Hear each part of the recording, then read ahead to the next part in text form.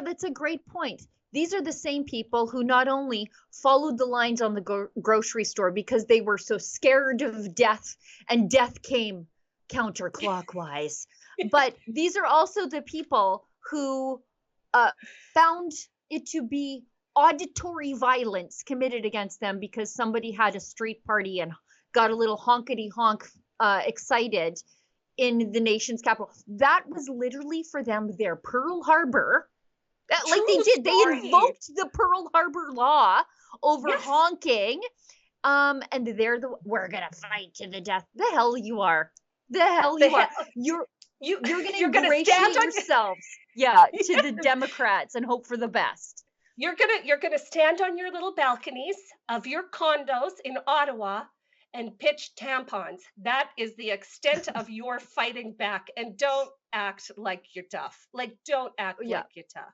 You don't have to survive what Western Canada survived. You've never had a day of arduous work in your entire lives, and yet you'd say that you'd fight.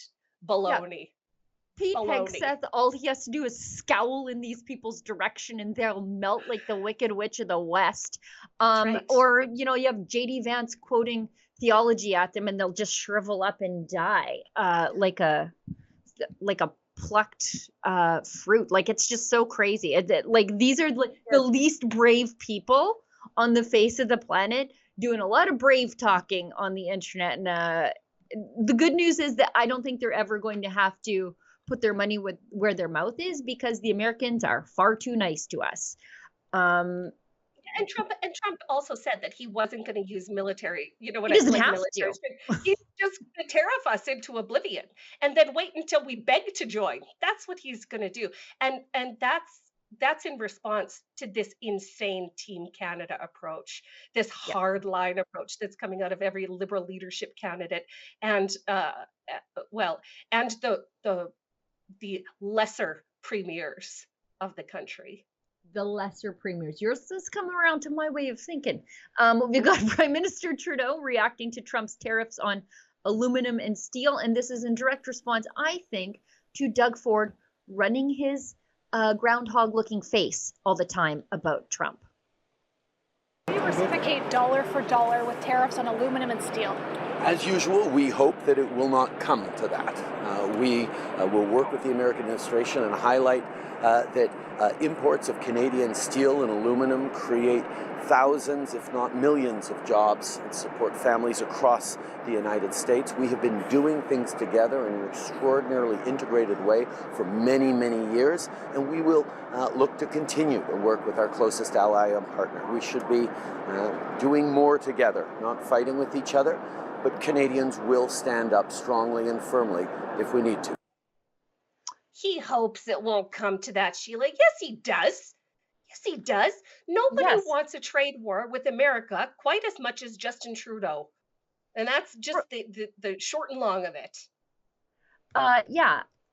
Because he cannot campaign, or the Liberals, I'm sorry, cannot campaign on their record. So they need to campaign as the leaders of the anti-Trump cabal. You literally cannot campaign against Poilievre because Poilievre's like, we're going to build military bases in the north.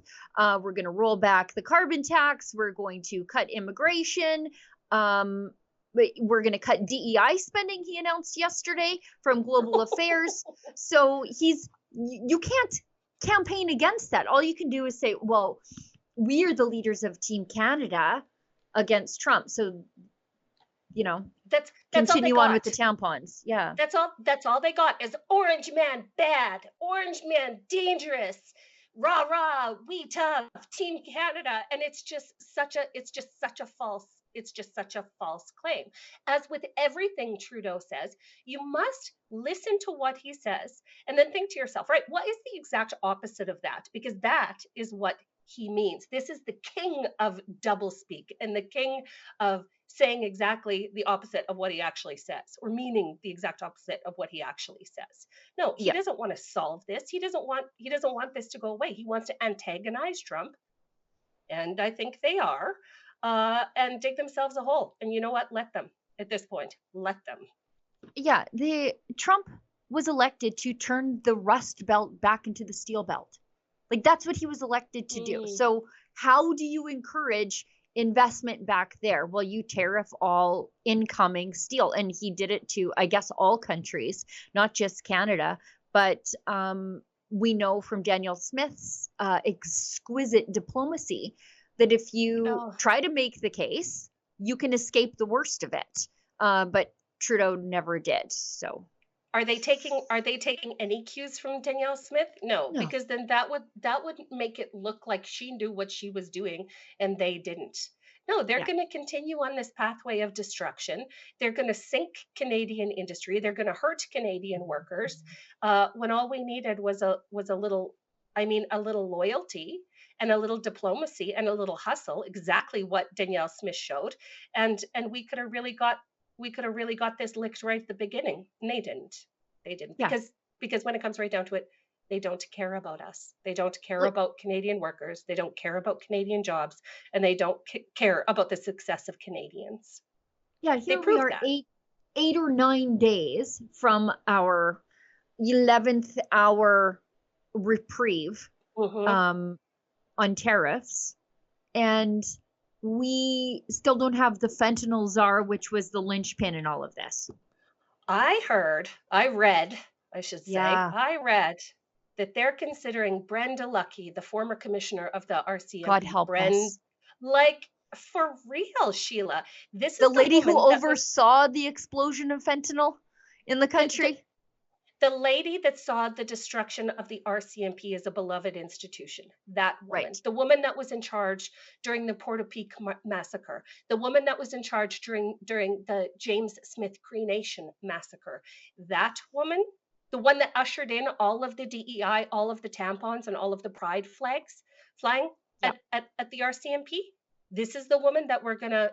I mean, if that happens, we may as well just just start walking to the border ourselves, Sheila, because I mean that's a disaster waiting to happen. This is such an inept woman.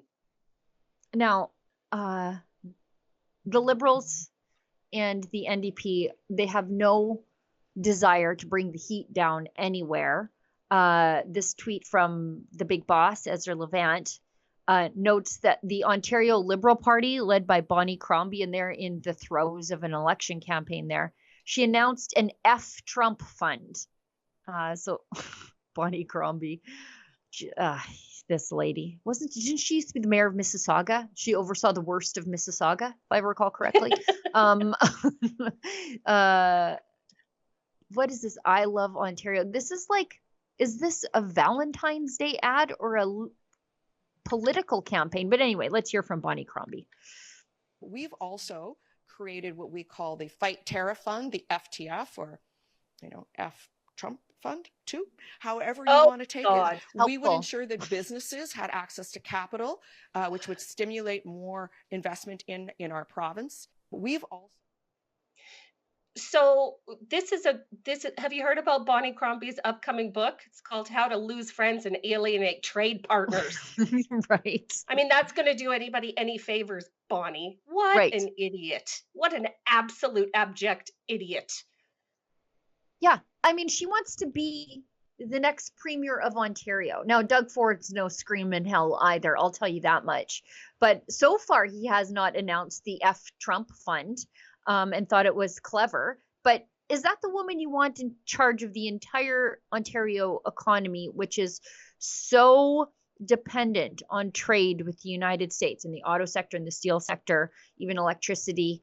You want that woman in charge when she's like, yeah, I'm going to be the F Trump premier. Great. What could possibly go wrong? Best of luck with that, Ontario. But Ontario is want to do some crazy things every now and again. And so if you end up with that, well, God help you.